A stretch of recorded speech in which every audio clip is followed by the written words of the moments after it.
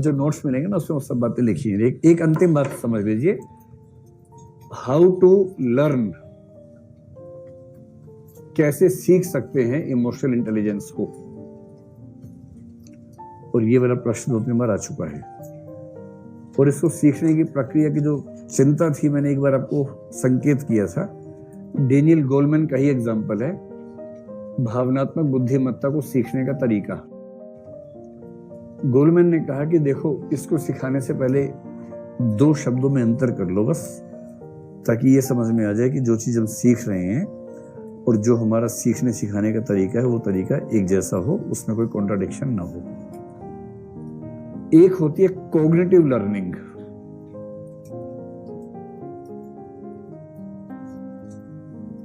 Cognitive learning Hindi में बताओ क्या होगा?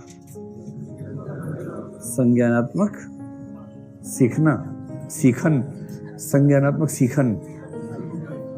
सीखन भी अच्छा शब्द हो सकता है, किसने प्रयोग नहीं किया, आप लोग कीजिए तो कौन सी इंटेलिजेंस मानी जाएगी?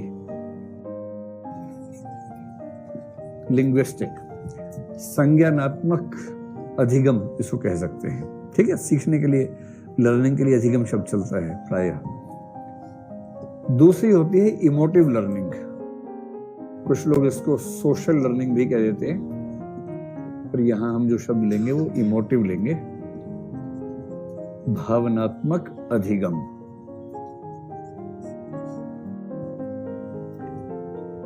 ठीक है, अब देखिए क्या मसला है। जैसे ये बताएं कि मान लीजिए आपको किसी ने गणित का एक सूत्र सिखाया।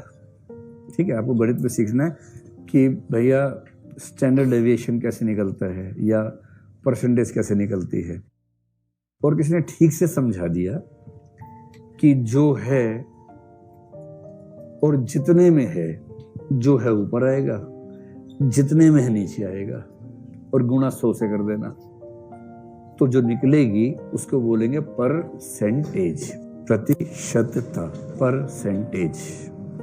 So simple. जैसे अगर तुम्हें यह पता करना है कि तुम क्लास में हो और तुम क्लास में कितने परसेंट हो, तो तुम कितने हो? 1 हो। एक क्लास में कितने बच्चे हैं? 500, तो 1/500 गुणा 100 कर दो, तो तुम कितने हो गए? 0.2% हो गए। कुछ भी नहीं कर लो, अब कंसेप्ट समझ में आ गया। बहुत होगा तो क्या होगा, वैसे 10 सवाल पूछ लेंगे कि सोनू के गणित में इतने नंबर आए और मोनू के साइंस में इतने नंबर आए, बताओ परसेंटेज कितनी कितनी है, निकाल दो उसमें परसेंटेज। कितना सिंपल है। फिर उसने कहा कि भाजपा को उत्तर प्रदेश में कुल वोट में इतने वोट मिले और समाजवादी पार्टी को इतने वोट मिले, बताओ दोनों पार्टियों को कितने कितने प्रतिशत वोट मिले। हम निकाल देंगे इसके वोट बटा कुल वोट गुणा 100, आ गया।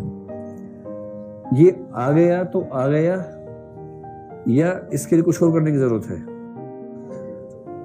जैसे परसेंटेज आपने सीखी, 10 सवाल की प्रैक्टिस कर ली और एग्जाम से पहले 2 दिन फिर से देख लिया, तो रिजल्ट अच्छा आएगा या नहीं आएगा? अच्छा आएगा result. This is cognitive learning. Cognitive learning का मतलब है जो बुद्धि के स्तर पे होती है, आसान होती है, कम समय में हो जाती है, अल्प समय में संपन्न हो जाती है, अगर वो समय ठीक से लगाया जाए। वरना अगर इस भाव से बैठे कि दमे तो सिखा दे मुझे, फिर दीर्घकाल हो सकता है, लेकिन यदि कोई समझने के मूड में बैठ जाए तो अल्प समय में हो जाती है। तो बौद्धिक प्रक्रिया है, आसान प्रक्रिया है, कम समय में होने वाली प्रक्रिया है। ठीक। गलतफहमी यह है कि जीवन में सबसे ज्यादा महत्व इसका होता है, और आईक्यू वाला जो मामला है, आईक्यू वाला मामला मुख्य रूप से इसमें काम आता है। जिसकी आईक्यू अच्छी है, तय मान के चलिए कि वो संज्ञानात्मक अधिगम के क्षेत्रों में अच्छा परफॉर्म करेगा।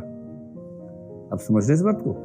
अगर आईक्यू अच्छा है, उसको मैथ्स पढ़ाओ, साइंस पढ़ाओ, या इथिक्स पढ़ाओ, हिस्ट्री पढ़ाओ, ज्योग्राफी पढ़ाओ, कुछ भी पढ़ाओ, वो ठीक से पढ़ लेगा।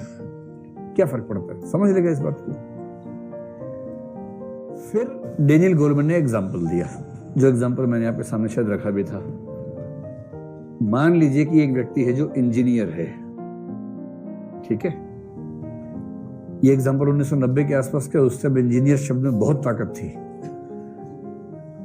आज उस शब्द में वो ताकत नहीं बची है, लेकिन उस जमाने में इंजीनियर का मतलब कुछ और ही होता था कि ये क्या करते हैं इंजीनियर, अच्छा अच्छा प्रणाम इंजीनियर, इंजीनियर का ये मतलब होता था उस जमाने में। हाँ, मतलब विवाह के बाजार में नंबर 1 पर जो रहता था वो इंजीनियर होता था, डॉक्टर नंबर 2 पे आता था उस जमाने में। आईएएस तो खैर नंबर से ऊपर है, उसकी बात तो हमेशा से लग रही है, लेकिन बाकी सबकी बात करें तो इंजीनियर है।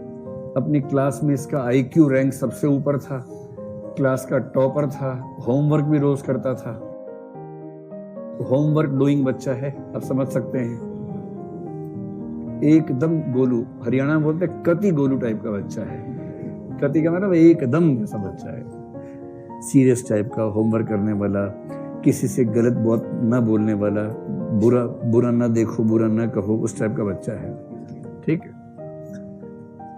जब स्कूल में 12वीं क्लास का एग्जाम उसने टॉप किया, पूरे जिले में क्या पूरे राज्य में टॉप किया, देश में नंबर 2 पे आया है। ठीक। और मम्मी का दुलारा है, मम्मी से बिना पूछे तीसरी रोटी भी नहीं खाता है। मम्मी ने 2 बताई हैं, 2 ही खाता है।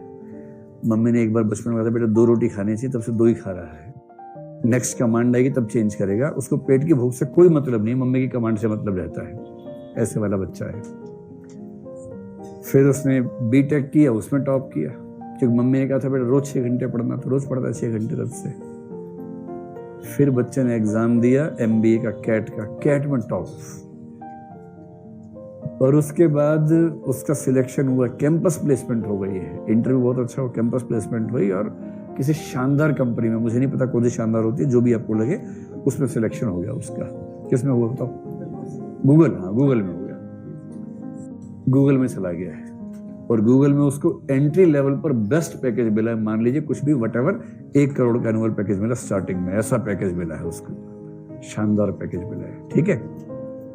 अब आगे देखो, वहां पहुंचा है तो गोलू बच्चा, पहली मीटिंग में गया, सब बात कर रहे थे, शर्मा रहा था, ठीक से बात नहीं कर रहा था। गलती से पड़ोस की कुर्सी पे एक लड़की आके बैठ गई। ये लड़का है, उल्टा भी कर सकते हैं, वैसे एग्जांपल लड़का आ गया बाई चांस। जैसी लड़की आके बैठी, अब ये अपनी कुर्सी से उधर होने लगा कि हाय राम, मम्मी से पूछना पड़ेगा बात करनी कि नहीं करनी है। तो सारा क्या करे, थोड़ा भोंदू किस्म का बच्चा है, दिमाग बहुत तेज है, आईक्यू भी जबरदस्त है, लेकिन इस मामले में भोंदू 1 नंबर का। उस लड़की ने पूछा क्या नाम है आपका? इसको लग रहा है कि अच्छा लाइन, अच्छा इसको लग रहा है अच्छा अभी से, और उसने कहा sorry I am not interested. लड़की ने कहा तेरा दिमाग खराब है, नाम ही तो पूछा है, कलीग हो भाई, नाम ही तो पूछा है, नॉट इंटरेस्टेड क्या होता है? कहाँ से आ जाते हैं पता नहीं उसके। इसको लग रहा है बताओ यार, सबके सामने ऐसे बोल दिया भाई, नाम पूछे हुए लड़की तो और क्या मतलब हो सकता है? वो जिस इलाके से है वहां तो एक ही मतलब माना जाता है इस चीज का कि नाम पूछ रही है, ये औपचारिकता है, असली बात नहीं पूछ पा रही है, तो क्या करे बेचारी। ऐसा भोंदू है, किसी से बात नहीं कर पाता है, मंच पे जा नहीं पाता है, जहां 4 लोग खड़े वहां से भाग लेता है, पार्टी वार्टी तो उसमें जाता ही नहीं कभी किसी भी हालत में। और इसी के क्लास से एक छटा हुआ बच्चा था जो एग्जाम से 2 दिन पहले किताब का मुंह देखता था, मुंह दिखाई किताब से करता था, और 2 दिन में ठीक से पढ़ के नंबर ठीक ठाक ले आता था। उसने कभी टॉप नहीं किया, उसे कभी टॉप करने का अरमान में नहीं रहा, उसे इस बात का दुख भी नहीं है कि टॉप नहीं किया, वो इस बात से खुश है कि उसने पूरा साल ठीक से जिया, न कि अपना साल खराब किया टॉप करने के चक्कर में। स्मार्ट है, कोई शादी ब्याह वहां जाके डांस करता, खाना खा के आ जाता है। मस्त मौला आदमी। और ये इसी कंपनी में इसने भी इंटरव्यू दिया, इसका सिलेक्शन हो गया, छोटे पद पर हो गया।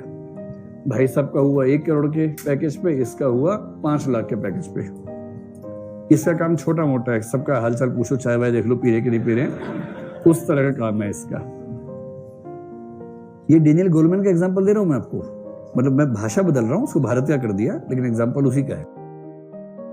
इस बात की पर्याप्त संभावना है कि 3 साल के बाद ये दूसरा व्यक्ति पहले व्यक्ति से आगे निकल जाएगा, और वो निकलेगा इसलिए नहीं कि आईक्यू ज्यादा है, इसलिए कि ईआई ज्यादा है। और जैसे जैसे वो आगे बढ़ेगा, इस आईक्यू वाले को तनाव हो जाएगा। आईक्यू वाला जो है ना, ऐसे लोगों को नर्ड कहते हैं आजकल, नर्ड, पढ़ाकू टाइप का, मतलब रात दिन पढ़ने वाला जो बच्चा होता है नर्ड है। इसको तनाव हो रहा है कि मैं क्यों आगे नहीं बढ़ पा रहा हूँ, ये इतना खराब बच्चा था क्लास में, झूठ भी बोलता था, ये तो इसको नौकरी मिल कैसे गई और ये आगे बढ़ता जा रहा है, और मैं जो सतयुग का बच्चा हूं मैं आगे नहीं बढ़ पा रहा हूं। अब इसको तनाव हो रहा है। इसके पास तनाव का समाधान एक ही है, इसने सीधे गूगल पे गया, अमेज़न पे गया, बुक ढूंढी, हाउ टू बी स्मार्ट। सबसे गोलू स्पीशीज वो है जो हाउ टू बी स्मार्ट के लिए किताब पढ़ती है। हाउ टू गेन कॉन्फिडेंस, इसकी एक किताब और पढ़ लेते हैं। Don't say yes if you want to say no, इसकी भी किताब पढ़ते हैं। फिर तो इसने हाउ टू बी स्मार्ट किताब खरीद ली, गूगल से मंगवा ली, अमेज़न से, उस पूरी किताब को पढ़ा, उसके नोट्स बना लिए। ये समझ गया कि स्मार्ट कैसे बनते हैं। अब इसको पूरा पता स्मार्ट कैसे बनते हैं। तो अब ये बताइए कि किताब पढ़ने के बाद नोट्स बना लिए, रिवाइज कर लिए, अब नेक्स्ट डे ये गया ऑफिस में, तो आज ये स्मार्ट हो जाएगा? नहीं होगा, क्योंकि इसने उसकी भी कौन सी लर्निंग की है? कॉग्निटिव लर्निंग की है। और कॉग्निटिव लर्निंग से स्मार्टनेस नहीं आती है, इमोशनल इंटेलिजेंस नहीं आती है। कॉग्निटिव लर्निंग से मैथ्स आ जाएगा, साइंस आ जाएगा, इतिहास आ जाएगा, भूगोल आ जाएगा, एथिक्स आ जाएगा, एथिक्स मतलब नोट्स आ जाएंगे, आंसर्स आ जाएंगे। लेकिन अगर आप सोचते हैं कि ज्ञान जीवन में उतर जाएगा, वो कॉग्निटिव लर्निंग से नहीं आता है। उसके लिए चाहिए इमोटिव एंड सोशल लर्निंग, जो गोलमैन का सिद्धांत है। और ये कैसे होता है? ये होता है बार बार, सैकड़ों हजारों बार अभ्यास करने से। इतना अभ्यास करना कि न्यूरॉन्स के पाथ वैसे बन जाए। किसी पार्टी को देखते जो डर पैदा होता है, उसके बजाय आकर्षण आने लगे पार्टी को देखते ही। और ये तब होगा जब सैकड़ों बार उस चुनौती को झेल कर वो काम करेंगे जिस काम को करने में रूह कांपती है। इसलिए गोलमैन ने कहा कि इमोशनल इंटेलिजेंस सीखना असंभव नहीं है, संभव है, लेकिन इसको सीखना गणित सीखने जैसा नहीं है। इसको सीखने के लिए लगभग उतनी ही मेहनत करनी पड़ेगी जितना सद्गुणी बनने के लिए करनी पड़ती है सुकरात के यहाँ। उतनी मेहनत करेंगे तो वो स्मार्टनेस आती है जिसको हम इमोशनल इंटेलिजेंस कहते हैं। ये कंसेप्ट स्पष्ट हो गया। लर्निंग के दो प्रकार। अब नोट्स लेके जाइए, पढ़ के आइए, कल सारे सवाल खत्म कर देंगे इसके।